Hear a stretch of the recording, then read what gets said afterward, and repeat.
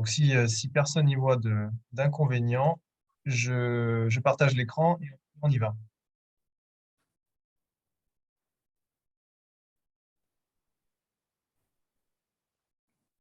Alors, est-ce que c'est bon pour tout le monde au niveau de l'écran?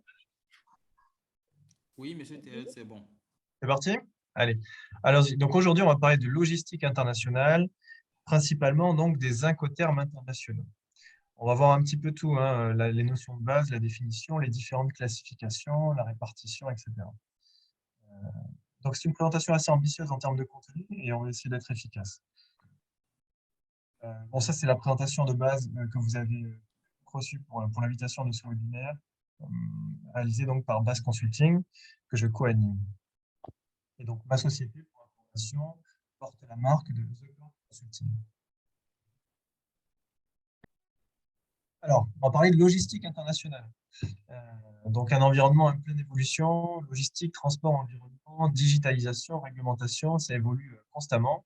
L'idée, c'est quand même d'avoir un œil d'expert quand on fait du commerce international, quand on parle de stratégie commerciale, et d'identifier, de choisir les meilleures solutions de transport.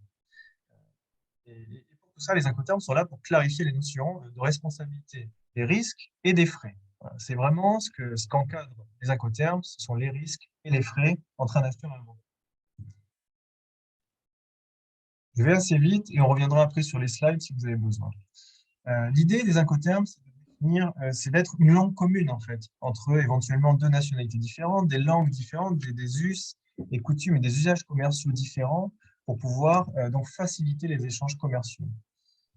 Donc choisir un incoterm, c'est avant tout, que ce soit pour l'acheteur et le vendeur, savoir où s'arrête son niveau de responsabilité, de prise de risque, en termes donc de risque et de frais, comme je vous l'ai dit. Les règles stipulent également les documents qui sont dus par l'acheteur et dus par le vendeur. C'est extrêmement important cette notion.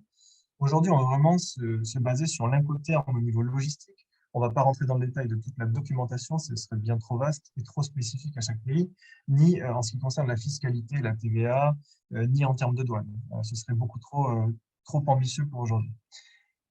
Donc l'incoterm, bon, c'est souvent la résultante oui, d'une politique ou d'une stratégie commerciale interne à l'entreprise euh, ou d'approvisionnement, que ce soit pour l'acheteur ou le vendeur. Et quand on n'est pas d'accord, c'est surtout la résultante d'une négociation. Définition assez simple. Déjà, il faut savoir quelque chose, c'est que l'incoterm, c'est ce que ça veut dire. C'est la contraction de trois mots. International Commercial Terms. Donc, avec ça, ça nous donne le mot incoterm, qui est un mot déposé qu'on ne peut pas utiliser n'importe comment. Et c'est défini, les incoterms sont définis par la Chambre de commerce internationale. Ils encadrent donc le transfert des risques, des frais et des documents dus. Ça, je vous l'ai déjà dit, mais je l'ai répété plusieurs fois pour être sûr que ce soit une notion bien intégrée, parce que ça reste le socle de l'information des incoterms. C'est toujours compte tenu d'une localisation géographique. Un incoterm ne peut pas être dissocié d'une localisation géographique. On verra pourquoi après. Une notion importante, cela ne détermine pas le transfert de propriété de la marchandise. On ne parle que de la logistique associée. Le transfert de propriété s'opère quand la livraison est terminée, la marchandise est définitivement payée. Ça, c'est autre chose, c'est à mettre à part. Les incoterms permettent d'éviter les problèmes, déjà, d'éviter les malentendus éventuels. C'est ce que je vous ai mis sur ce slide. Alors, les incoterms 2020. Alors, pourquoi un changement de nom? Je ne sais pas si pour certains, vous avez peut-être l'habitude, il y a toujours une date qui est à côté de l'incoterm. Alors, pourquoi? Parce que les incoterms, ils sont révisés tous les 10 ans par la Chambre de commerce internationale, qui donc a toujours suit en fait le mouvement du monde et donc s'adapte en fonction de tout un tas de choses, des évolutions, que ce soit réglementaires, digitales, commerciales, etc., géopolitiques éventuellement. Donc, il y a une adaptation. Rapidement, en 2020, il n'y a pas eu tant de changements que ça. Il y a un incoterm qui a été supprimé, il s'appelait le DET. Il y en a un nouveau qui a été créé, il s'appelle le DPU, on verra ça après. Il y a eu quelques légers ajustements, pardon, notamment un qui porte sur l'incoterm Xworks, qui est très souvent très utilisé. Et on verra une notion qui est extrêmement importante sur cet incoterm, qui n'est pas forcément connue de tous. La liste complète, c'est 11 incoterms, avec, je ne vais pas tous vous les citer, on va les voir de toute façon après. Vous voyez quand même une petite notion déjà qui permet de segmenter les incoterms. On en a un qui commence par la lettre E, 3 par la lettre F, 4 par la lettre C et enfin 3 par la lettre D. Pardon. Donc là, déjà, il y a des qui sont en train de se créer naturellement par l'acronyme, hein. Donc, tous les incoterms se présentent sous forme d'acronymes de 3 lettres, EXW, CFR. Ça signifie quelque chose en anglais. Pour chacun des incoterms, je vous ai mis la traduction littérale en français, comme ça vous avez la traduction française et anglaise sur ce document. La classification des incoterms. Je vous parlais de segmentation, plus précisément le terme exact, c'est la classification. La classification des incoterms, elle s'opère par les différents modes de transport. Il y a des incoterms qui sont, on va dire, multimodaux, tout mode de transport, que ce soit maritime, ferroviaire, routier, aérien. Ces incoterms, ils sont au nombre de 7. Vous les avez ici. On va les voir plus en détail après, donc je ne vais pas forcément tous vous les citer à chaque fois, sinon ça va faire vraiment beaucoup d'informations. Et ensuite, il y a quand même une spécificité importante, c'est sur les transports maritimes, tout ce qui traite du transport par eau, sur l'eau, pardon, on a 4 incoterms qui sont dédiés, donc le FAS, le FOB, le CFR et le CIF.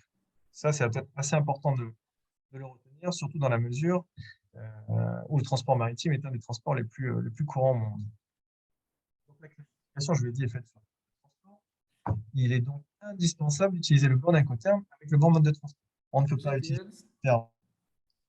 Allô, s'il vous plaît. Monsieur Thérèse, votre voix est tantôt éloignée, tantôt rapprochée. Voilà. Est-ce que c'est bon? Oui, pour le moment, elle est tantôt lointaine, tantôt proche. Je pense que ça bascule là. Ah, l'écran? Non, pas l'écran, votre voix. Ah, d'accord. Tantôt elle est lointaine, tantôt elle est rapprochée. Donc ça l'est un peu haché, même si ce n'est pas le cas. D'accord, merci. Je monte le son et je vais essayer de me rapprocher un peu de l'écran. D'accord, merci. Il y a donc une classification importante. On ne peut pas utiliser, par exemple, l'incoterm FOB qui est vraiment dédié au maritime avec un envoi aérien. Hein, ça n'a pas de sens.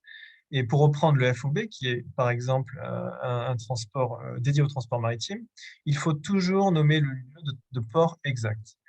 Le lieu, la localisation est incontournable et indispensable avec l'incoterm. Vous verrez après pourquoi.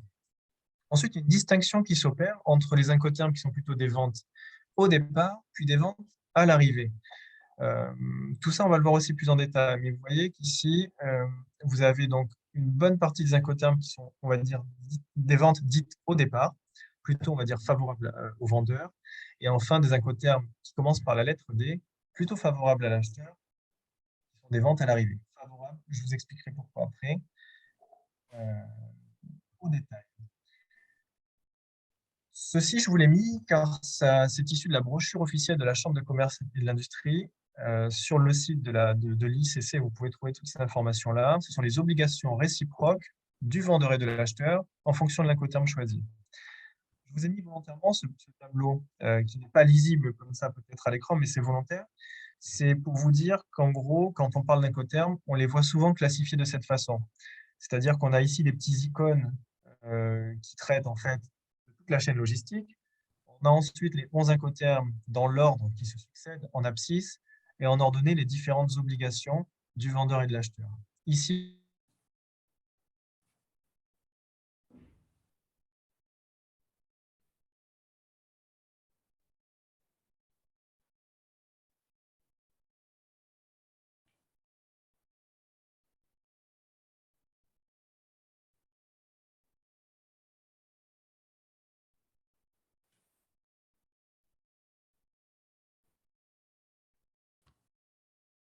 Monsieur Thérèse, le son était parti.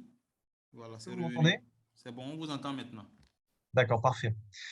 Je vous ai mis donc ce schéma qui est un schéma relativement classique au sein duquel vous voyez tout d'abord un pré-acheminement, un transport principal et un post-acheminement. Je vous ai segmenté cette présentation en 12 étapes. La première étape, c'est en gros, je suis vendeur, je suis dans mes locaux de vendeur, c'est le lieu de départ de la marchandise. À l'opposé, la 12e étape, je suis dans les locaux de l'acheteur, je suis l'acheteur, je suis donc le lieu de destination finale de la marchandise. Entre toutes ces étapes, nous avons de la manutention, c'est-à-dire le chargement de la marchandise des locaux du vendeur dans le camion affrété pour réaliser le transport. Ensuite, nous avons le transport de pré-acheminement, qui est souvent un transport routier qui emmène le produit éventuellement dans une zone de stockage. Monsieur Thérèse, on vous entend encore faiblement. Ça part encore, ça vient tantôt. Aïe, aïe, aïe. Je pense que le micro est un tout petit peu loin. Je suis désolé, alors, j'ai un problème. Je me rapproche encore. J'espère que ça va aller. D'accord, allez.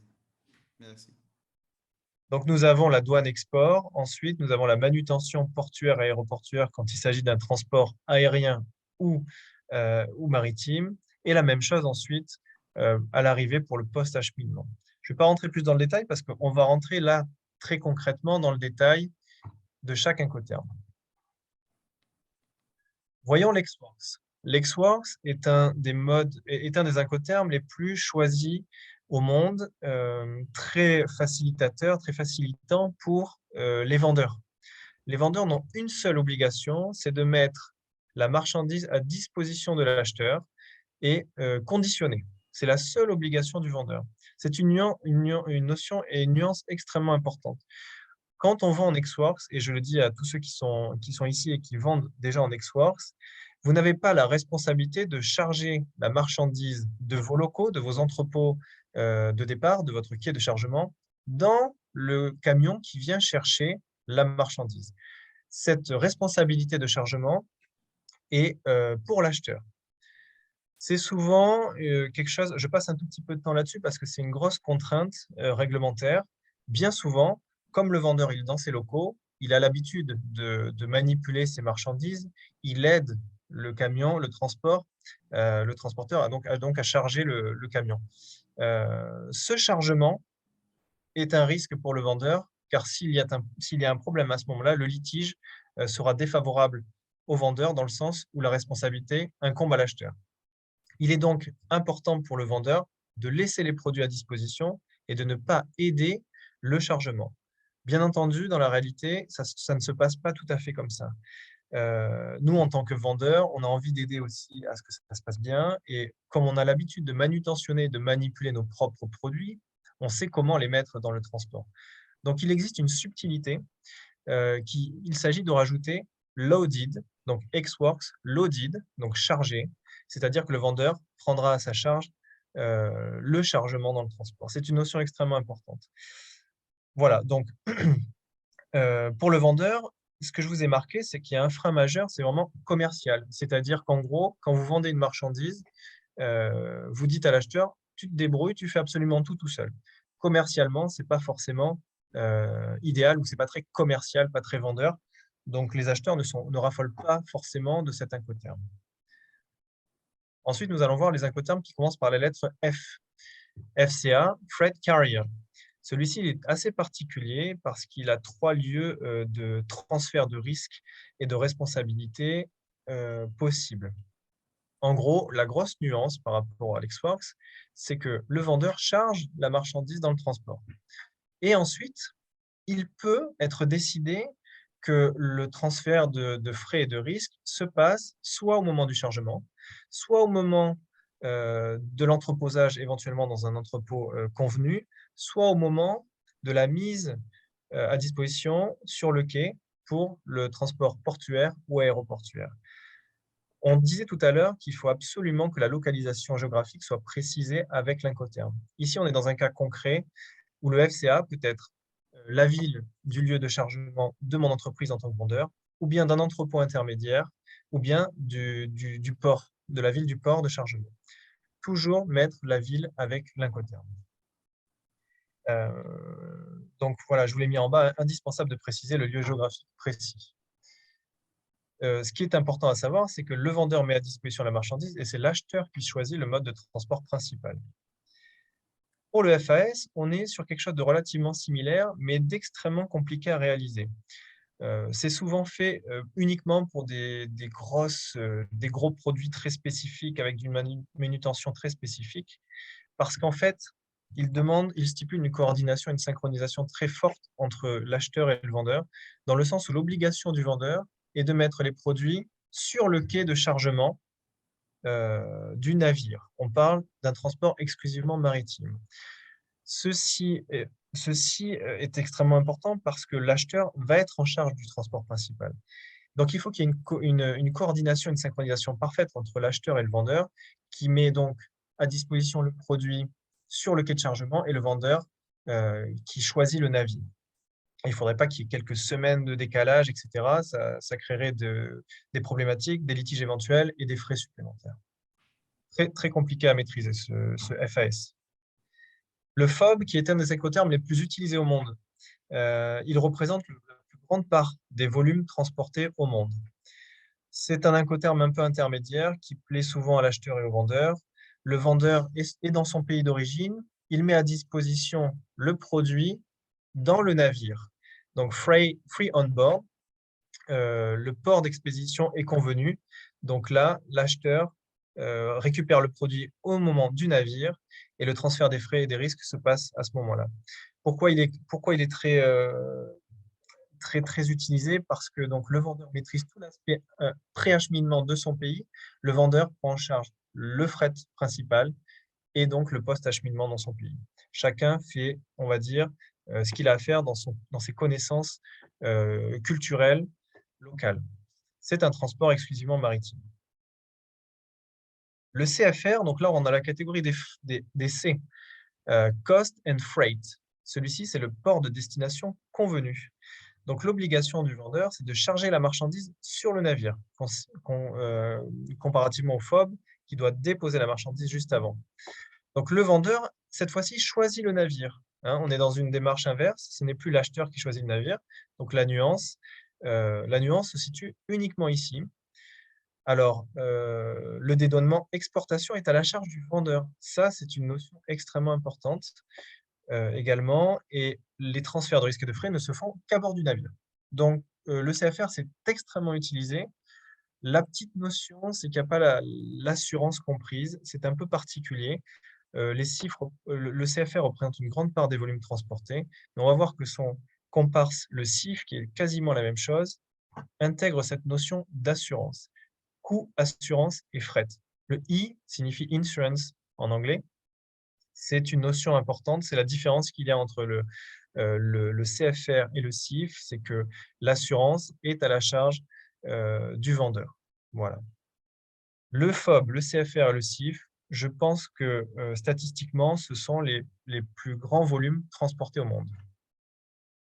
On a ensuite deux incoterms qui sont comparativement parlant en termes d'avancement logistique les mêmes, mais qui sont tout mode de transport, donc plutôt utilisés pour de l'aérien ou du routier, éventuellement du ferroviaire, bien que ce ne soit pas très utilisé au monde. Donc on a le CPT qui est l'équivalent du CFR, je vais le faire très simple, au niveau multimodal. Et on a le CIP qui est l'équivalent du CIF, puisqu'il intègre cette notion d'assurance prise en charge par le vendeur, contrairement au CPT où c'est pris en charge par l'acheteur. Voilà, juste ceux-là, ils sont extrêmement simples à comprendre comparativement au CFR et au CIF. Ensuite, on va rentrer dans la catégorie des incoterms de post-acheminement qui commencent par la lettre D. On en a trois, DAP, DPU, DPD. Alors, le DAP, le vendeur a la charge de tous les frais et de tous les risques liés à l'acheminement des marchandises jusqu'au lieu de destination. Attention, le déchargement est à la charge de l'acheteur. Donc ça, c'est extrêmement important.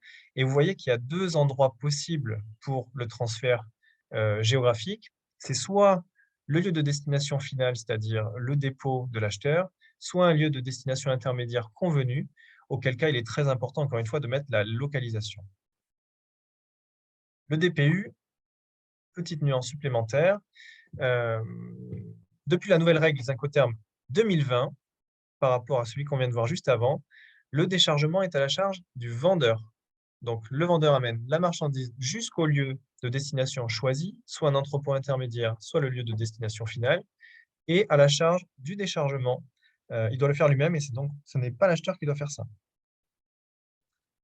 Et le vendeur doit bien sûr... alors, la nuance qu'on va avoir entre celui-ci et le dernier, qui est le DPD, c'est que les formalités de dédouanement, là, sont à la charge de l'acheteur dans son pays. Et vous allez voir avec le DPD, la nuance, c'est que, en gros, sur le DPD, c'est un peu l'inverse de l'export. C'est le vendeur qui a toutes les charges, toutes les responsabilités de risques et de frais. Voilà. Est-ce que je peux vous dire plus de choses sur celui-ci? Absolument pas. Tout se fait au lieu de destination convenu. Alors, encore une fois, le lieu de destination convenu, en tant qu'acheteur, on peut choisir de se faire livrer dans notre entrepôt ou bien dans un entrepôt intermédiaire parce que logistiquement, ça nous arrange ou parce que commercialement, en termes de distribution, c'est convenu comme ça. Le DPD, il est quand même très apprécié par les acheteurs en général, puisqu'ils n'ont aucune responsabilité, si ce n'est que de recevoir la marchandise chez eux. Donc là, on a vu en détail le gros du sujet, qui était donc de voir les 11 Incoterms. Je vous ai récapitulé tout ça sur ce fichier, qui est en fait un extrait du fichier de la Chambre de commerce internationale. C'est pour ça, je vous l'ai volontairement mis, parce que si vous allez chercher, faire des recherches de votre côté, vous le trouverez comme ça, en anglais et présenté comme ça, où vous verrez d'un côté 8 incoterms qui sont des incoterms multimodaux, 7 incoterms, pardon, qui sont les incoterms multimodaux, avec les responsabilités qui sont dessinées en bleu et en jaune des vendeurs et des acheteurs. Et sur la droite du fichier, vous avez donc les 4 incoterms exclusivement dédiés au maritime, qui représentent la plus grande part de transferts de logistique internationale au monde. Là, on l'a fait très rapidement, hein, bien entendu, quand je donne ces formations, on passe beaucoup de temps dessus et on s'adapte, bien entendu, aux besoins de l'entreprise qui fait la demande. Enfin, je vous ai présenté la répartition des frais un peu de la même façon que c'est présenté un peu partout. Vous voyez, sur la gauche du tableau, on est sur la responsabilité des frais et sur la droite, la responsabilité des risques. Je vous ai précisé ici l'intégralité des obligations. On peut faire un petit point sur, par exemple, Lexworks, où on voit que la seule obligation du vendeur, qui est marquée par un petit V, est l'emballage. C'est la seule obligation qu'il a. Ensuite, le chargement jusqu'au lieu de déchargement final, c'est à la charge de l'acheteur. Et de l'autre côté, vous avez exactement la même chose en diagonale, donc vous pouvez suivre ceci. Il est à noter que tous les déchargements sont à la charge de l'acheteur, hors cas contraire qui serait éventuellement négocié entre l'acheteur et le vendeur, qui est le DPU, au sein duquel on peut un petit peu faire ce que l'on veut en termes au niveau contractuel, au niveau du déchargement. Est-ce que je vous ai tout dit? Voilà. Voilà pour moi. J'ai essayé de faire ça en une demi-heure. Ouais, ça a été tenu. Je suis allé assez vite sur les incoterms. Maintenant, je vous propose d'opérer aux questions-réponses. Je suis désolé pour le son si certains m'ont mal entendu. J'espère que c'est mieux maintenant pour vous. Nettement, nettement. Vous rassure. Parfait. D'accord. Merci pour votre attention. C'est allé un peu vite. Je vous laisse poser les questions éventuelles. Merci beaucoup, Monsieur Thérèse. Merci de votre présentation. Déjà, je vais profiter pour faire un petit plaidoyer à l'endroit de ceux qui sont en ligne avant que la séance de questions-réponses ne commence. C'est d'inviter tout le monde, ceux qui sont en ligne. J'ai vu énormément de personnes que j'ai eu à former d'ailleurs en marché public. Marché public et achat, qui sont bien sûr des domaines, je peux dire cousins. Parce que Henri Thérèse est expert achat et qualité. Donc, un double profil qui est assez intéressant et qui pourrait être très utile. Parce que ce webinaire, d'ailleurs, pourquoi on l'a animé? Parce que c'est déjà un webinaire, je peux dire, à la demande. Lorsqu'on était en marché public, il y a beaucoup, les incoterms ont beaucoup posé de problèmes. Parce que vous savez, c'est aujourd'hui un suffixe au niveau des prix, les libellés des prix qu'il faut mettre si c'est des prix en DDP et autres. Donc, de façon abusive et de façon mathématique, on a compris qu'il y a beaucoup d'acheteurs qui systématiquement appliquent du DDP sans tenir fortement compte de la nature de l'acquisition et aussi du contexte. Donc, ce webinaire-là permet à chacun de savoir de façon non automatique qu'est-ce qu'il faut appliquer dans la réalité des faits. Donc, M. Thérèse étant là, et je pense que beaucoup ici vont être d'accord avec moi, je sais que dans vos structures respectives, vous avez ces besoins. Vous en avez parlé lors des formations. Certains en ont parlé inbox. Monsieur Thérèse pourrait se tenir à disposition avec notre complicité, bien sûr, au niveau des structures avec lesquelles nous travaillons, avec lesquelles nous comptons travailler, vos structures respectives. Donc, essayez quand même à vos niveaux de faire le lobby, le plaidoyer au niveau de vos structures pour qu'ils puissent venir intervenir pour vraiment, je dirais, disséquer correctement ce thème-là. Et il y a aussi d'autres thèmes sur lesquels vous le retrouverez d'ailleurs avec nous. Merci beaucoup. Donc, en attendant, de façon traditionnelle, c'est le moment de positionner un peu notre produit. Nous avons une formation en ligne qui va démarrer le 20 octobre. Le 20 octobre, c'est une formation sur les marchés publics. Elle est purement en ligne. Purement en ligne. Donc, cette formation-là va se dérouler en une séance par week-end. sur 6 week-ends successifs. Un rythme souple qui permet à tous les cadres de l'administration de pouvoir faire des travaux de groupe qu'on va leur donner en 2 séances. Cela s'est toujours bien passé. Ce n'est pas la première expérience, c'est la énième. Je n'ai pas pu compter d'ailleurs.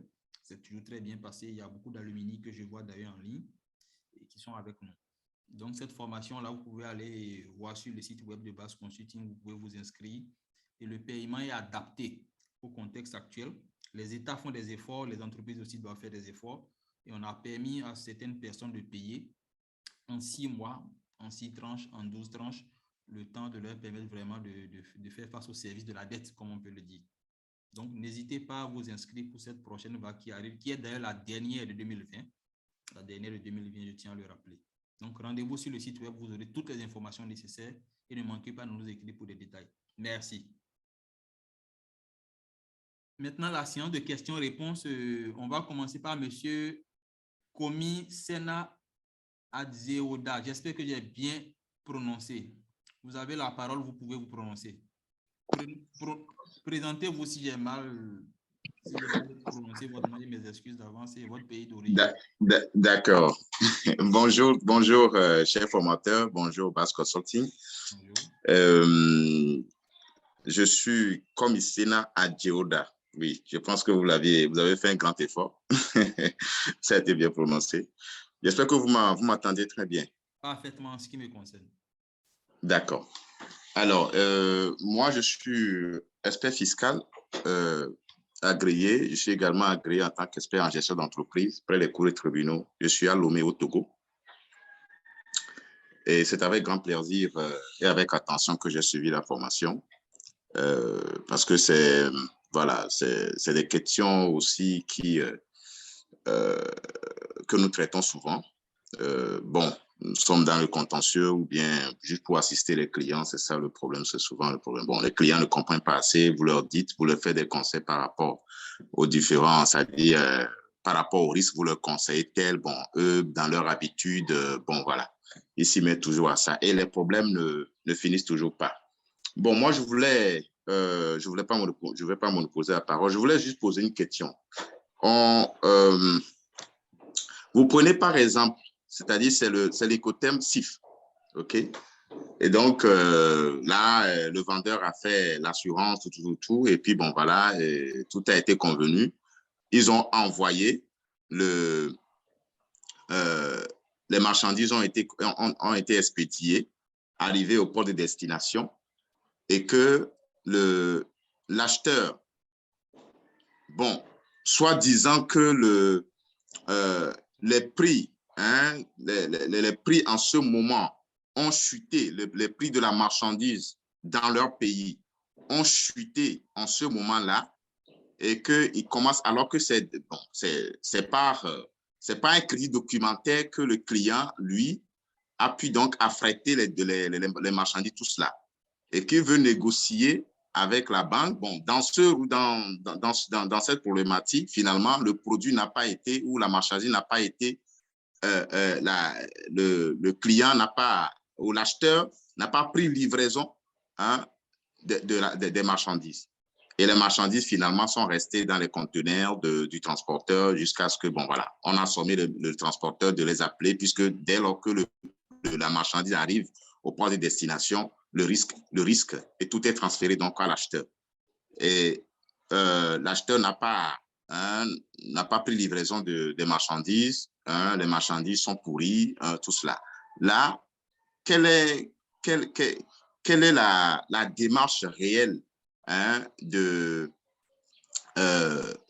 vendeur et sa chance, hein, pour pouvoir se faire payer, parce que bon voilà, c'est un crédit documentaire et donc la banque, normalement, arrivée là, la banque de l'acheteur devrait virer, après vérification, devrait virer l'argent dans le compte du vendeur.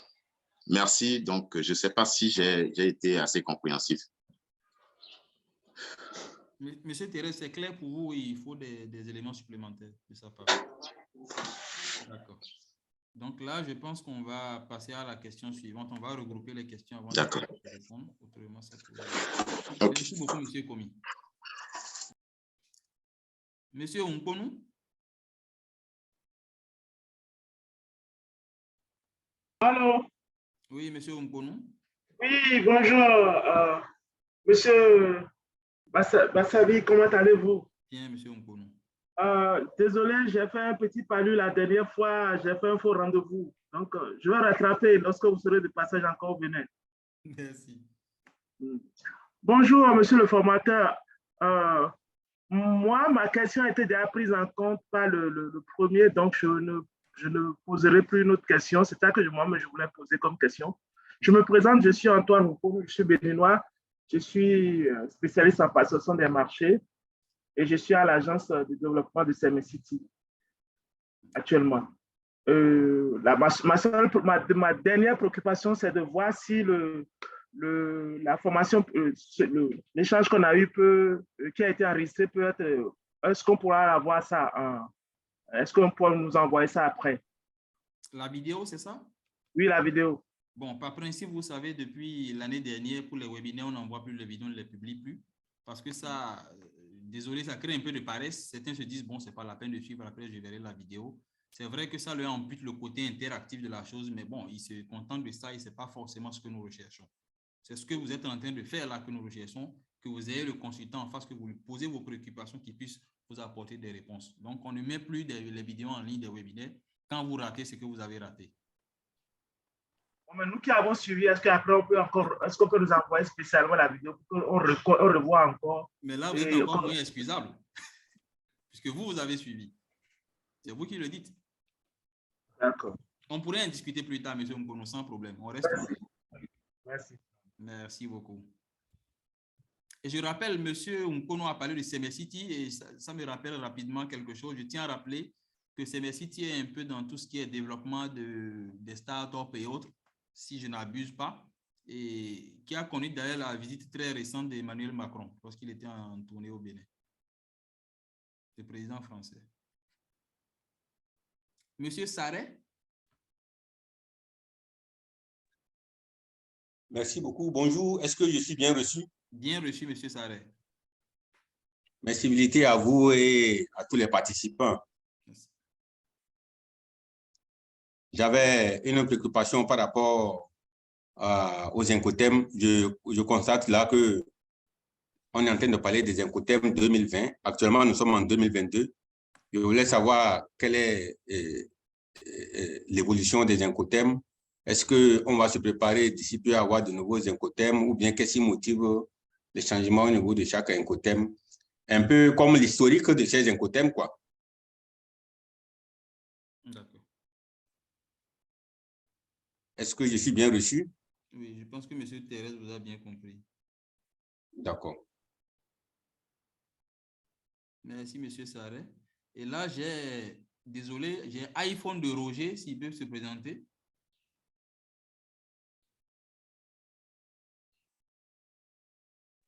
Allô? Oui, présentez-vous, s'il vous plaît. Oui, bonjour. Moi, c'est Roger Oussou Accra. Je suis chef d'agence dans une banque de la place au Bénin. J'ai également fait un master en gestion des marchés publics à l'École nationale d'administration. Ma préoccupation, c'est de savoir, est-ce que nous pouvons avoir en PDF tout au moins les slides qui ont été développés? Bon, là, je dois vous avouer que j'ai failli attendre. C'est une question qui revient très souvent et je pense que cette slide-là, il faut l'avouer, monsieur Roger, c'est de la propriété intellectuelle du consultant. Je pense que là, cette question lui est adressée, c'est lui qui va répondre. S'il le met à votre disposition, on le mettra à votre disposition sans problème. D'accord. Ma deuxième préoccupation, qui normalement devrait être la première, je tiens à remercier les initiateurs. C'est une très bonne initiative. Ça nous permet, nous autres, de revisiter encore ces genres de notions pour nous permettre de garder le fil. Une fois encore, merci et bonne continuation. Merci beaucoup.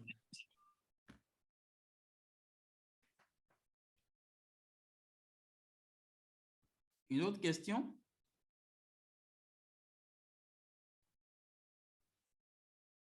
Il n'y a pas de question dans le chat? Apparemment pas. Ils ont demandé l'enregistrement, on s'est déjà prononcé là-dessus.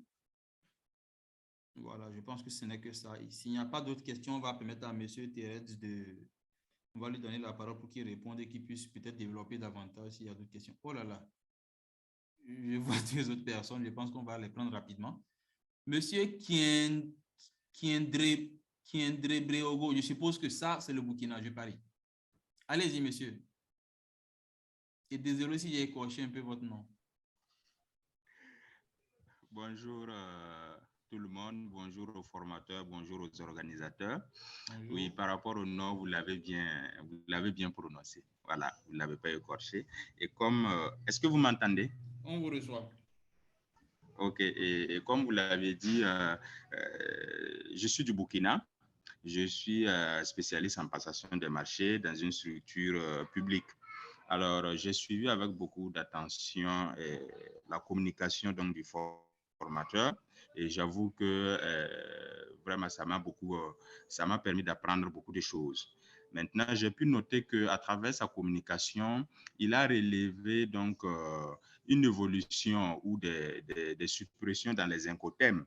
Alors, moi, je souhaiterais savoir ce qui a motivé cela. Lorsque nous sommes passés des incothèmes 2010 à 2020, il y a eu une variation entre le nombre des incothèmes.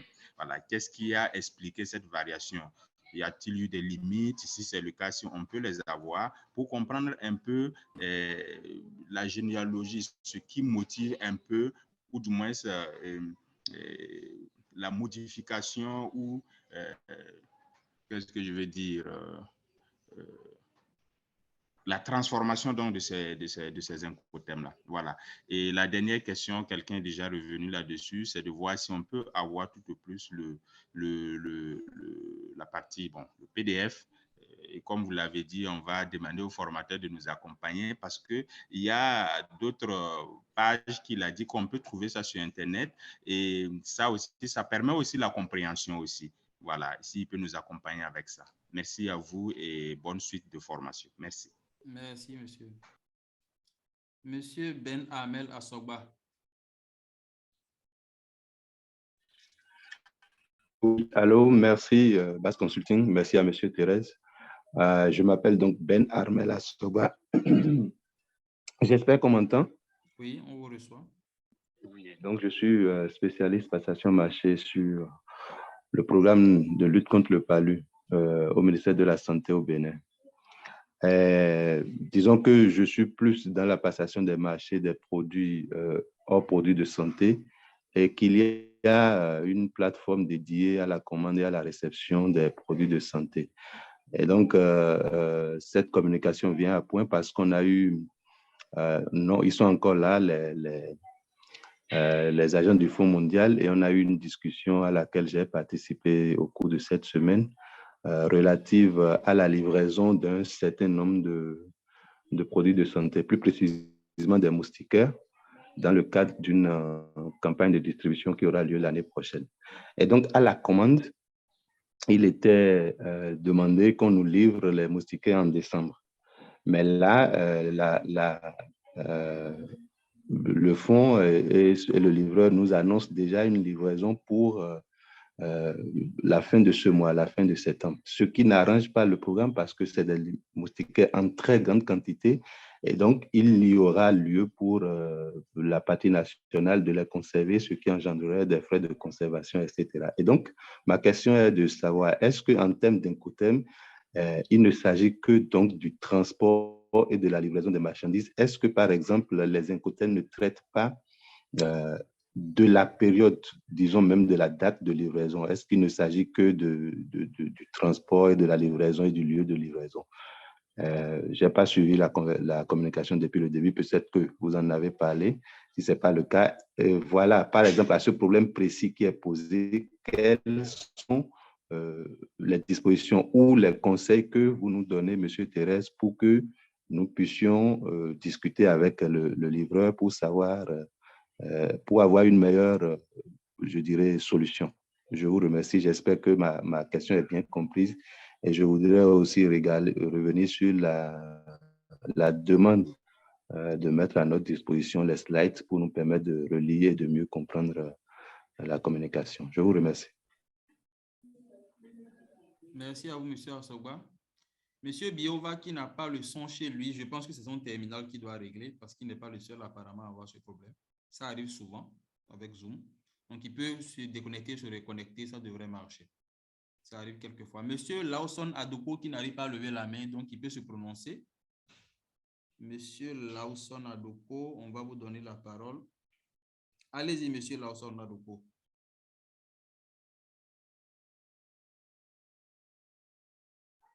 Monsieur Adoko? Oui, allô, vous m'entendez? Allez-y, on vous reçoit. Ok, bonjour. Bonjour. Je suis Lawson Adoko, je suis spécialiste en prestation de marché sur le projet gouvernemental. Donc, ma question concerne les incoterms de 2010. Nous, on a l'habitude de mettre dans le dossier incoterms 2010. On ne vous reçoit pas, il y a du bruit autour de vous. Ok. Je dis non, on a l'habitude de mettre dans le dossier les incoterms 2010. Est-ce qu'avec la sortie des incoterms 2020, systématiquement, ça change ou bien on peut continuer par mettre les incoterms 2010? Monsieur Thérèse, vous l'avez bien reçu? D'accord. Merci, monsieur. Monsieur Fall, vous avez une question avant qu'on ne puisse clore la séance des questions-réponses. Monsieur Fall, Bamba, c'est ça?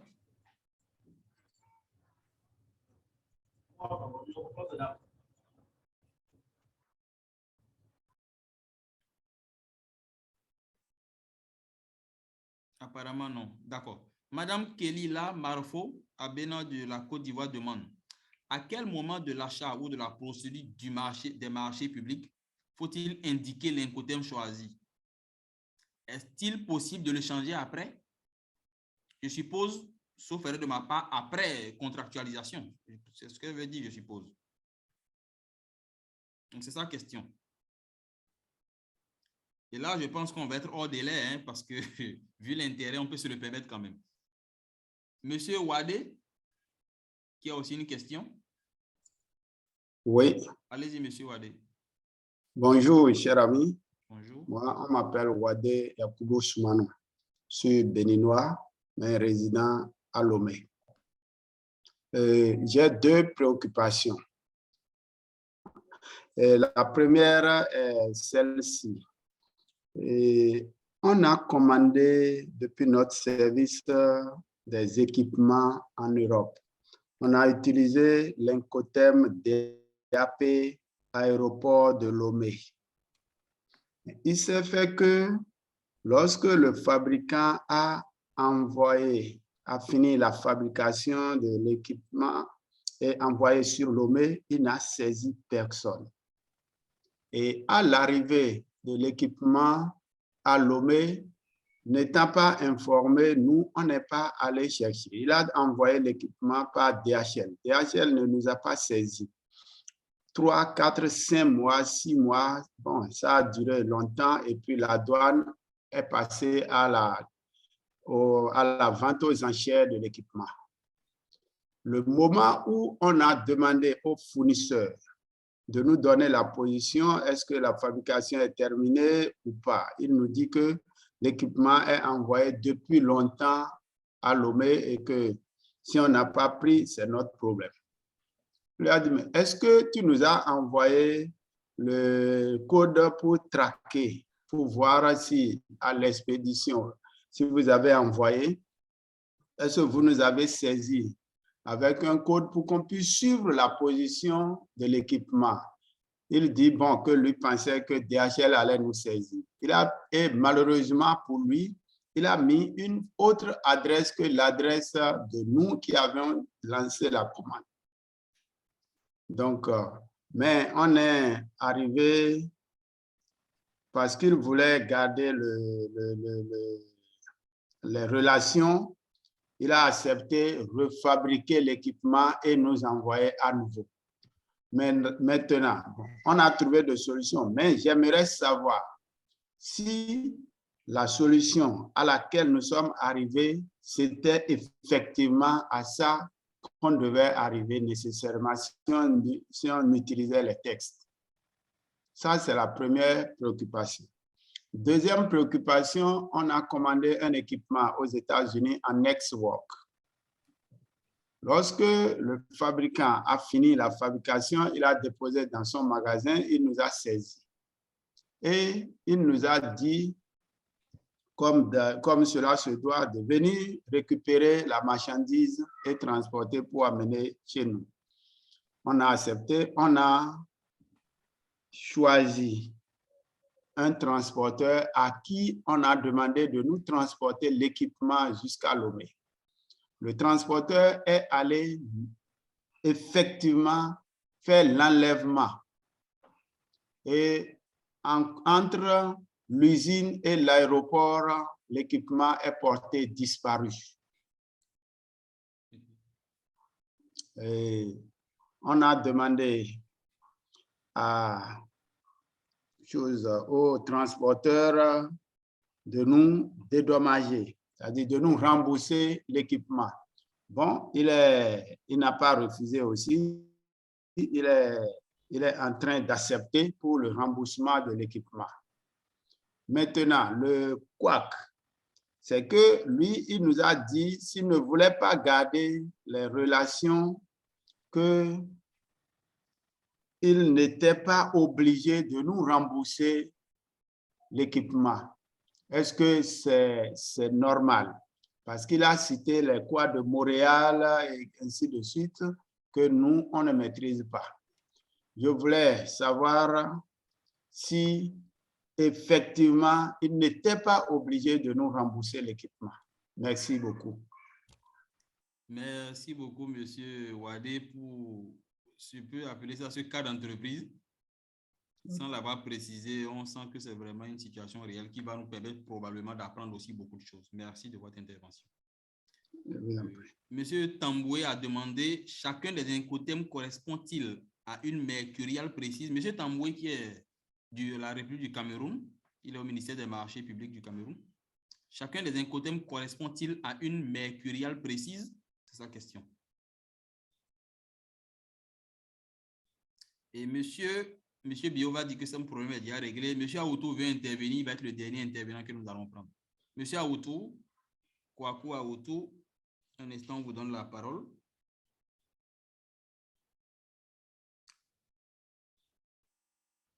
Allez-y, Monsieur Kwaku. Oui, bonjour à tous, bonjour formateurs, bonjour à toute l'équipe de Basse Consulting. Je suis Kwaku Aoutou, spécialiste en passation des marchés dans un établissement public national de Côte d'Ivoire. Je suis ivoirien. En fait, je vous remercie pour l'initiative et j'ai deux préoccupations. Je souhaiterais savoir, d'une part, quel incothème le formateur conseille dans les procédures de passation de marché. De façon globale ou bien générale, qu'est-ce qu'il nous conseille? Parce que, comme un intervenant l'a dit, et souvent c'est de façon systématique qu'on plaque les incothèmes. Et d'autre part, je voudrais savoir si l'actualisation des incothèmes se fait de façon périodique. On a parlé de 2010, là on est à 2020. Est-ce que c'est de façon périodique ou bien c'est en fonction des évolutions que l'Institut de commerce international actualise les incothèmes? Merci bien.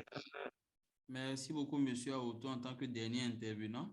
On va permettre à Monsieur Thérèse, qui a énormément de questions là, on va lui permettre de répondre. On est déjà à 9h53. Il nous reste théoriquement 7 minutes, mais vu l'intérêt que suscite le thème, et j'espère encore une fois que cet intérêt-là va se répliquer à l'interne et au niveau de vos structures, nous restons disponibles, Monsieur Thérèse, avec nous pour venir intervenir au niveau de vos structures, pour vous aider à régler tous ces problèmes-là.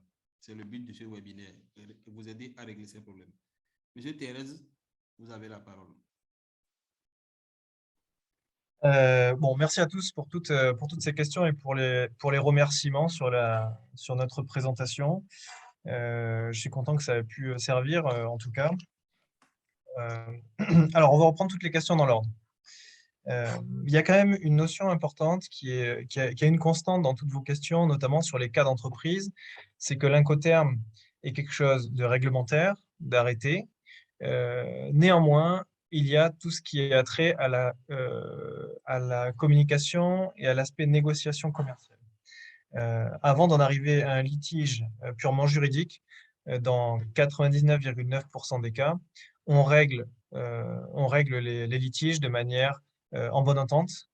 Comme ça a été cité plusieurs fois, la marchandise peut être reproduite ou bien le transporteur peut rembourser la marchandise, etc. Donc ça, c'est vraiment une notion importante à savoir, c'est que l'Incoterm ne va pas forcément nous permettre de nous cacher derrière des procédures judiciaires. Il va permettre d'éviter toutes sortes de litiges. Et quand bien même il y a un Incoterm, il y a toujours des litiges parce que c'est toujours comme ça dans le commerce. Néanmoins, le bon sens et la négociation commerciale permettra donc de régler les litiges avant d'en arriver devant les tribunaux. Ça, c'est quand même une notion extrêmement importante. Je vais reprendre ce qu'a dit Monsieur Sena. Geoda, si je ne dis pas de bêtises, excusez-moi si je le prononce mal, il y avait un problème sur le CIF avec un crédit documentaire et la marchandise est restée longtemps à l'entrepôt. En général, quand on traite de logistique internationale, on fait appel à un transitaire. Le transitaire est chargé d'organiser le transport international. Si le transitaire n'a pas informé le vendeur de la bonne disponibilité de la marchandise à telle date, la faute incombe donc au transitaire international.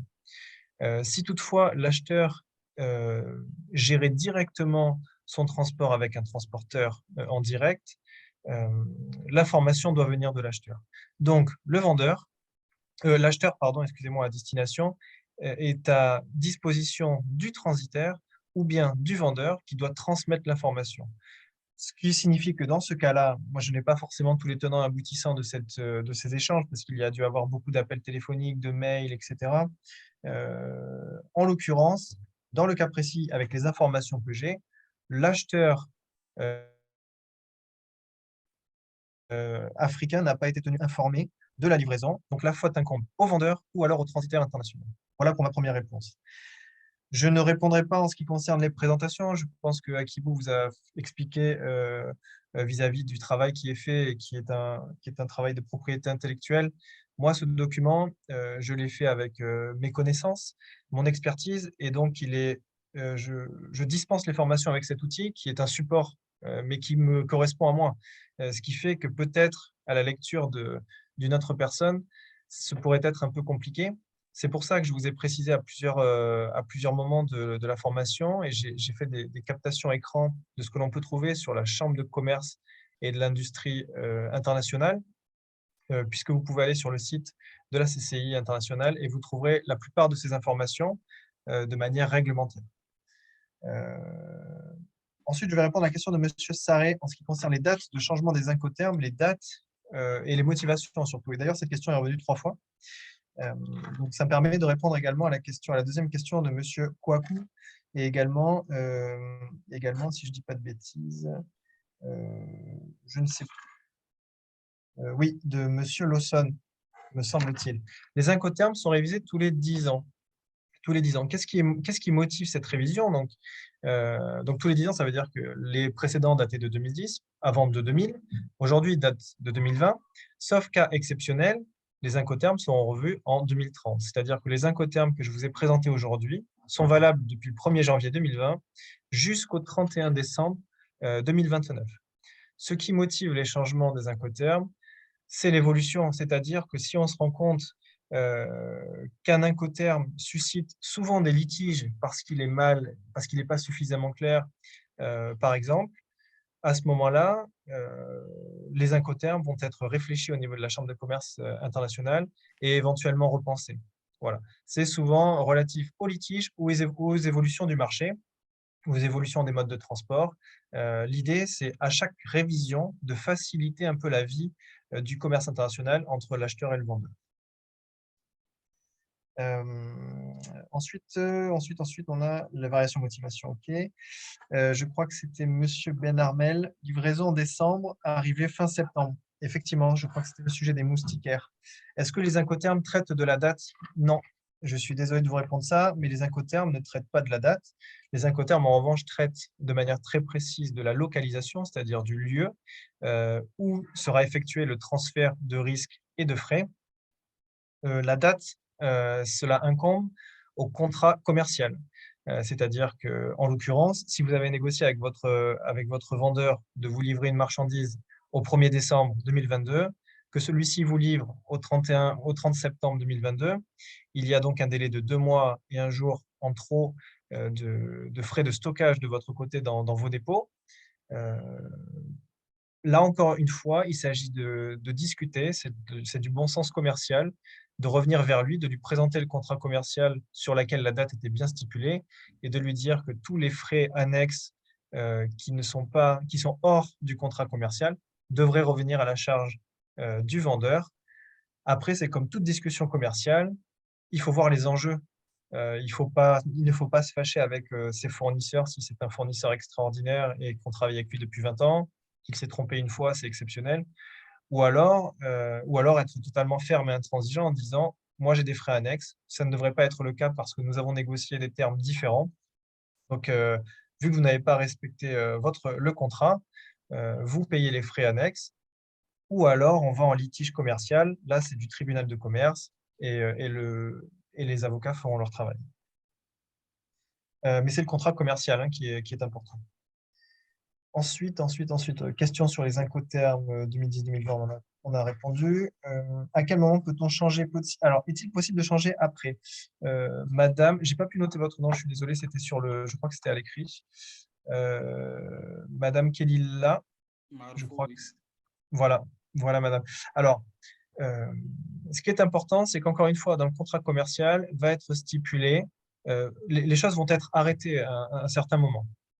Une fois que les choses sont arrêtées, comme le prix, comme l'incoterm, comme les quantités, les volumes, etc., une fois que les éléments sont arrêtés, que le contrat est signé des deux parties, il n'est pas possible de changer, hors entente commerciale entre les deux parties, qui serait donc un avenant au contrat. Mais pour ce faire, il faut que les deux parties soient d'accord, puisque dans un contrat commercial, on met un petit peu ce qu'on l'on veut. Néanmoins, il faut absolument que les deux parties soient d'accord et que ce soit à nouveau signé et dans une certaine coopération commerciale. Même pas une certaine, une absolue coopération commerciale. Mais il est possible de changer après en fonction de l'entente commerciale et de l'accord commercial que vous pourrez trouver. Ensuite, on a eu M. Wadé, Lomé, avec la commande en Europe, effectivement. Le transitaire, ouais, donc là, donc il y avait un problème d'adresse de livraison. C'était une livraison en DAP. DAP, cela stipule que l'acheteur reçoit la marchandise sur le lieu de destination convenu. Si toutefois la marchandise n'a pas été livrée sur le bon lieu de destination, la faute incombe à la personne qui avait la responsabilité des risques et des frais jusqu'au lieu de destination de DAP convenu. Autrement dit, si votre vendeur ou son transitaire international ou le transporteur que le transitaire a choisi s'est trompé d'adresse, cela incombe au vendeur.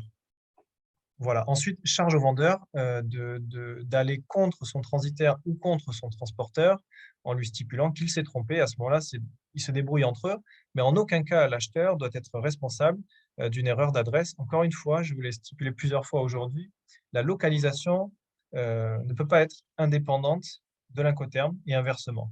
Il faut absolument que ce soit associé et extrêmement précis. Que se serait-il passé dans les textes? Alors, dans les textes, je pense que j'y ai répondu. Dans les textes, purement, si on parle vraiment de textes de loi, l'incoterm, il est accompagné d'une localisation. Si la localisation est respectée, ça incombe à l'acheteur. Si elle n'est pas respectée, ça incombe au vendeur. C'est assez simple.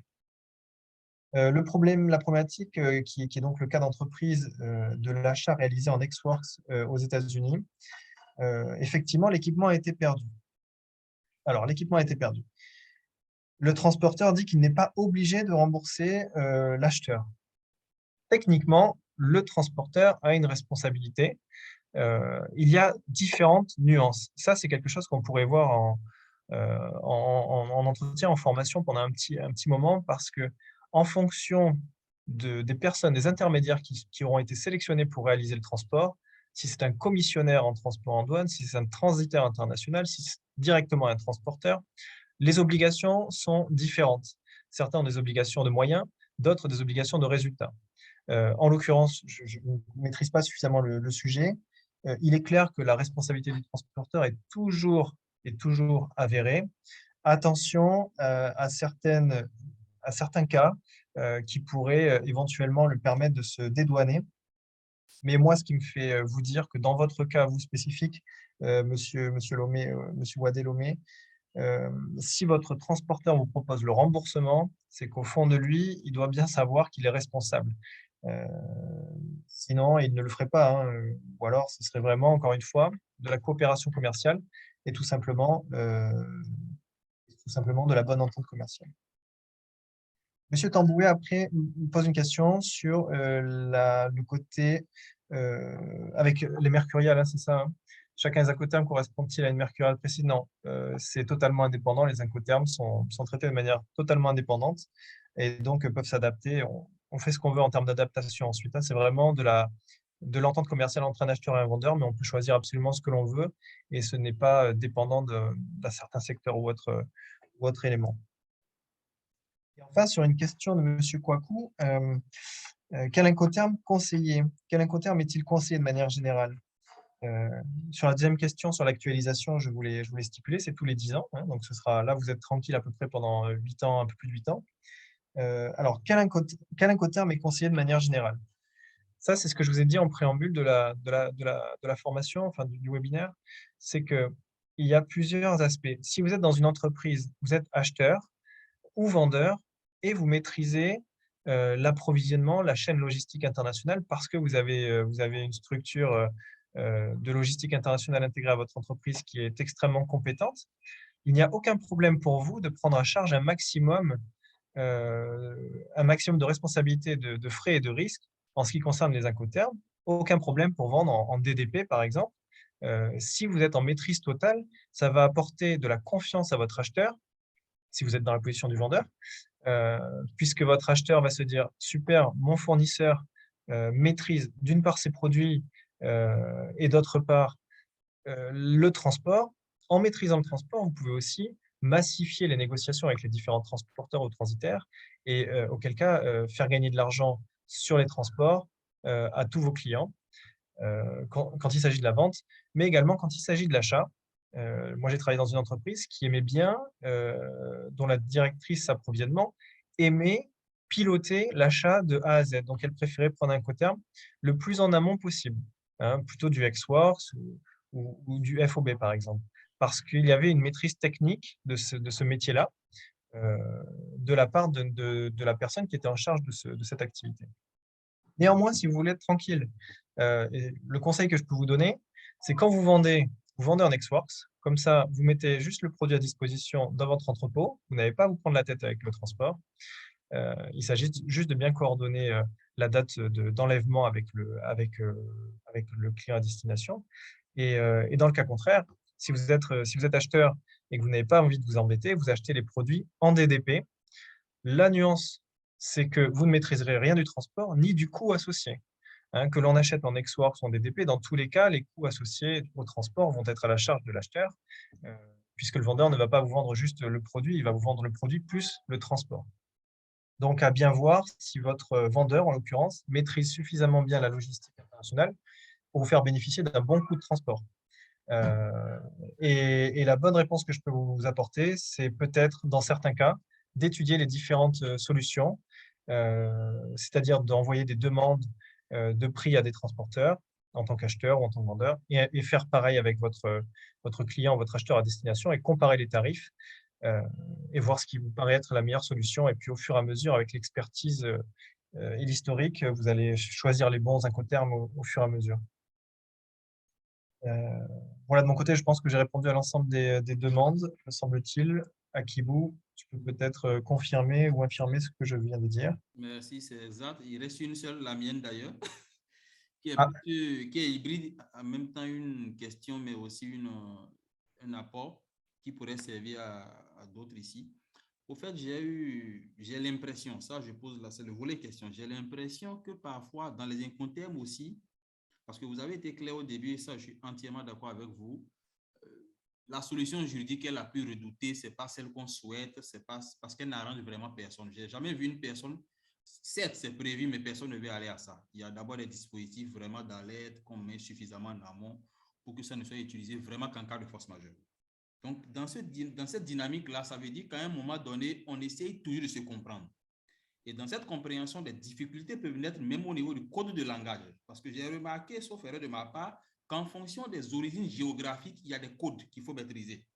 Lorsque le chinois te parle, il n'a pas la même manière de s'exprimer que par exemple l'européen, que par exemple le nord-américain, que l'africain peut-être et encore. Donc, vous voyez là, si on fait un peu cette cartographie-là, on pourrait se retrouver aussi dans cette dynamique-là qui pourrait quand même venir, excusez-moi le terme, venir pourrir même la vie aux incoterms aussi, quoique bien prévu et bien compris, bien maîtrisé des deux côtés, du côté de l'acheteur ou du vendeur.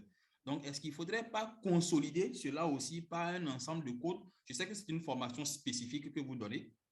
Cela pourrait quand même continuer vous pourrez quand même venir consolider le panel de formation que vous allez pouvoir donner avec nous à l'endroit de tous ceux qui sont en ligne et les autres entreprises auxquelles on va soumettre ça. Donc, c'est très important pour moi. Je ne sais pas qu'est-ce que vous avez à dire sur ça parce que, par exemple, lorsque moi, je commande sur AliExpress, je prends mon cas, il me dit livré, colis livré. Quand il te dit colis livré, ce n'est pas chez toi. Ça veut juste dire que c'est parti de chez lui. Ça ne veut pas dire que c'est chez toi. Je fais livrer à Paris, mais ça ne veut pas dire que c'est à Paris. Quand il te dit colis livré, c'est que c'est parti de chez lui. Mais colis livré, quand moi je suis ici, quand quelqu'un me dit, bon, ton colis a été livré, c'est que je suis censé le trouver au point de livraison convenu. Donc, il y a ces codes-là, à mon avis, quand même, qui jouent un peu. Donc, j'aimerais vraiment partager, mais aussi mieux comprendre comment est-ce que cela est implémentable aux incoterms aussi. Merci. Okay. Pas de problème, Akibou. En fait, techniquement, la Chambre de commerce internationale dit qu'on ne peut pas aller au-delà, on ne peut pas simplifier encore plus ou rendre encore plus exhaustif toutes les informations qui sont intégrées dans les incoterms. Les incoterms, et de par le retour d'expérience qui existe depuis des années que ça existe, les incoterms prévoient tous les cas de figure. Les problématiques sont relatives donc aux différences culturelles, et aux différences de communication et ainsi qu'aux différences de langue. C'est surtout un gros problème. C'est effectivement une des formations que je donne qui s'appelle la négociation, le commerce international, l'achat, la négociation en milieu multiculturel. On ne communique pas de la même façon avec un Chinois, avec un Nord-Américain, avec un Africain, avec un Européen, etc. Ou tout du moins, l'information que l'on va recevoir risque d'être un peu faussée parce qu'on n'a pas la même maîtrise de la langue et le niveau de connaissance des incoterms et de la logistique internationale n'est pas forcément bonne non plus. C'est-à-dire que même des gens qui travaillent dans le transport international ne connaissent pas forcément sur le bout des doigts tous les incoterms, ce qui peut poser des problèmes. Donc, entre le manque de maîtrise technique et toutes les barrières qui sont relatives à la culture, le fait d'être un étranger dans le regard de l'autre, tout cela, ça implique des problèmes. Là, typiquement, chez AliExpress, le problème de ce mot « livré », qui est une traduction littérale probablement de « delivered », qui veut dire délivré, mais probablement en anglais, pour le chinois, ça doit vouloir dire « en cours de livraison », c'est un problème de traduction. Donc, c'est un problème de langue, tout simplement. Et en l'occurrence, effectivement, le contrat n'est pas respecté parce que vous n'êtes pas livré. Donc, techniquement, en fait, on est sur des problèmes qui sont plutôt des problèmes multiculturels et qu'il faut savoir appréhender. Il y a beaucoup de codes de communication qui sont spécifiques à différents stéréotypes, on va dire, culturels, nationaux, internationaux. Et pour cela, il faut être extrêmement vigilant. C'est aussi pour ça que je travaille. Moi, j'ai beaucoup travaillé avec la Chine et en Chine. Et je traite des formations notamment pour appréhender les échanges avec les Chinois, que ce soit à la vente ou à l'achat, mais pour être bien sûr de ne pas avoir de problèmes et de litiges. Voilà, Kibou, j'espère avoir répondu à la demande. Merci beaucoup, c'est suffisamment clair. Merci. Donc, je vais vous remercier encore une fois. Merci, Monsieur Thérèse, expert achat qualité, double casquette qui va forcément être utile pour nous et pour toutes les entreprises qui sont là, leurs représentants. Et merci à tous les participants. Vos questions ont permis quand même d'aborder certaines notions et on espère que ce webinaire a été utile pour vous. C'est très court, mais c'est très long. Au même moment, 1h15, on vient de dépasser les 15 minutes. Ça a été très utile, très enrichissant. Et on espère quand même que le reste va se poursuivre dans d'autres cadres pour lesquels nous restons vraiment toujours ouverts, très ouverts. Le consultant est là, il est très ouvert, nous le sommes aussi. Donc, n'hésitez pas à manifester vos requêtes. On va venir aussi vers vous parce que parfois, vous avez des requêtes que vous ignorez un tout petit peu. On va venir vers vous, on va vous faire des propositions. D'ailleurs, ce webinaire va dans ce sens. On a d'autres webinaires qu'on pourrait animer avec Alaric, il n'y a pas de problème. Et je vais vous donner rendez-vous pour les prochaines aventures, je dirais. Merci beaucoup à tout le monde. Merci de la disponibilité et très bon week-end à vous. Merci à tous les participants d'avoir écouté attentivement et merci pour les questions. À très bientôt, j'espère.